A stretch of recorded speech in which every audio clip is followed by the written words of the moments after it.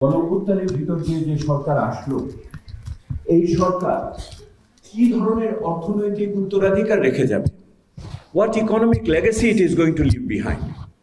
এই মুহূর্তে এই সরকার অনেক কিছু প্রাতিষ্ঠানিক এবং প্রশাসনিক সংস্কারের দিকে মন দিয়েছে।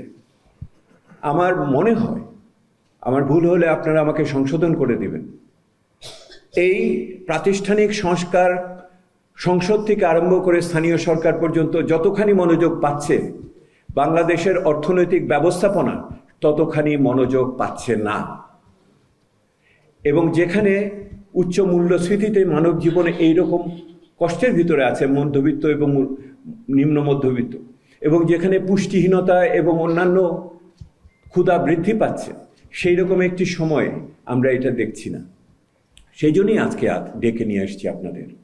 তাহলে এই সরকারের তাহলে উত্তরাধিকারটা কি হবে, অর্থনৈতিক উত্তরাধিকার?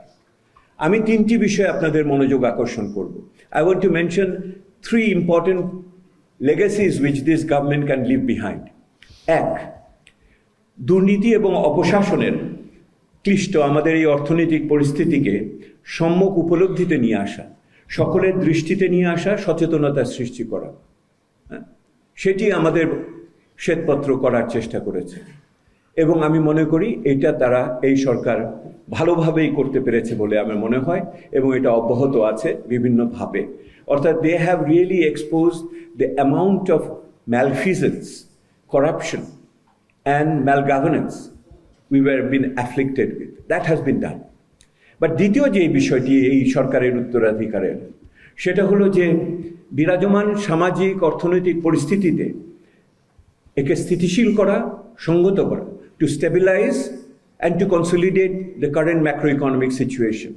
মূল্যস্ফীতি একটি, কিন্তু এর বাইরেও বিষয় রয়েছে, এবং এই অর্থনৈতিক স্থিতিশীলতার সাথে সামাজিক নিরাপত্তা, ব্যক্তি নিরাপত্তা বিষয়টিও জড়িত। চলে তো দ্বিতীয় বিষয়টিতে আমাদের কাছে আক্ষেপ হলো, সরকারের বিভিন্ন ধরনের পদক্ষেপ থাকলেও তা এখনো কিন্তু ফলপ্রসূভাবে আমাদের কাছে দৃশ্যমান হচ্ছে না। এটা প্রথমটা যতখানি হয়েছে, দ্বিতীয়টা ততখানি হয়নি।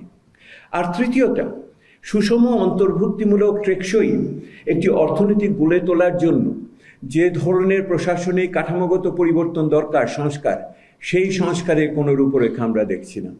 We don't see any reform agenda concerning the economy. Vitamin ও ফাইবার সমৃদ্ধ ফ্রেশ আটা ময়দা সুজি আপনাকে দিবে সুস্বাস্থ্যের নিশ্চয়তা। ফ্রেশ আটা ময়দা সুজি And the associated institutions and the regulatory framework along with that.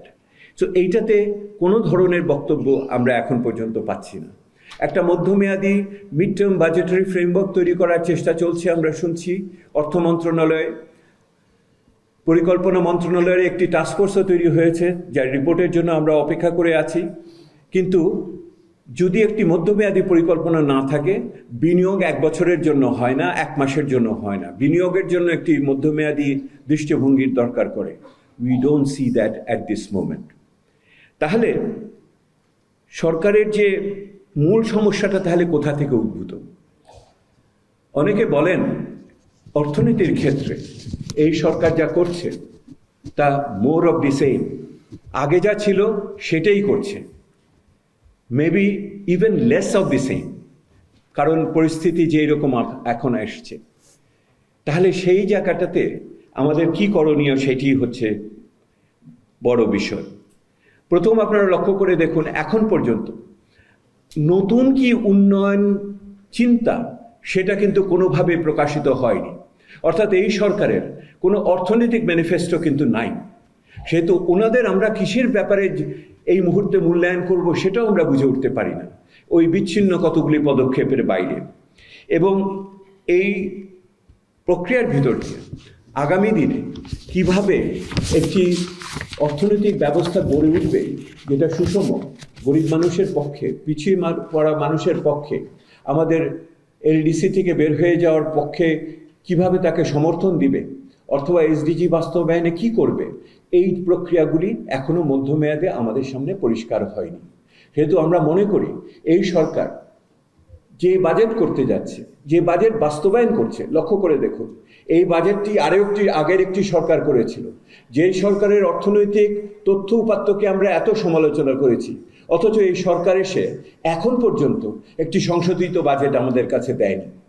সেই সংশোধিত বাজেট না থাকার কারণে অন্যান্য বাজেটের যে সমস্ত সূচক আছে তা তো পুরোপুরি অপ্রাসঙ্গিক হয়ে গেছে। এটা তো আমরা জানি। এটা রাজস্ব আদায়ের লক্ষ্যমাত্রাই বলেন বা ব্যয়ের কথা বলেন বা অন্যান্য জিনিস বলেন, একই রকমভাবে যেভাবে আমাদের ছাঁটাই বাছাই হচ্ছে প্রকল্প, সেটারও আমরা নীতিমালা খুব প্রকাশ্যভাবে দেখি নাই। সেহেতু আমাদের কাছে যেটা মনে হয় যে এই ক্ষেত্রে সরকারের একটি চিন্তাধারা আগামী বাজেটকে কেন্দ্র করে আরও একটি বৃহত্তর অর্থনৈতিক আলোচনা দরকার। বিশেষ করে প্রবৃদ্ধির ধার কমে যাচ্ছে, ব্যক্তি খাতে বিনিয়োগ নেই, কর্মসংস্থানের ক্ষেত্রে সমস্যা ইত্যাদি রয়ে গেছে। আমি যে কথাটা বলে আপনাদের শেষ করতে চাই সেটা হলো যে আমাদের দেশে এই মুহূর্তে নির্বাচন এবং সংস্কার নিয়ে একটি আপাত বিরোধ সৃষ্টি করা হচ্ছে। আমি সেই আলোচনাতে যাচ্ছি না। আমি যেটা বলতে চাচ্ছি সেটা হলো এই মুহূর্তে অর্থনৈতিক পরিস্থিতির স্থিতিশীলতা এবং প্রবৃদ্ধির ধারা, কর্মসংস্থান এবং দারিদ্র্য বিমোচনকে, সামাজিক সুরক্ষাকে যদি নিশ্চিত করতে না পারি, তাহলে আমরা যারা সংস্কারকে গতিশীল করতে চাই তারা কিন্তু ধৈর্যহারা হয়ে যাব। অর্থাৎ সংস্কারের পক্ষের মানুষগুলোও কিন্তু একসময় এই অর্থনৈতিক অস্বস্তি এবং নিরাপত্তার অভাব থেকে আপনার সুষম সংস্কারের পক্ষ থেকে কিন্তু সরে যেতে পারে।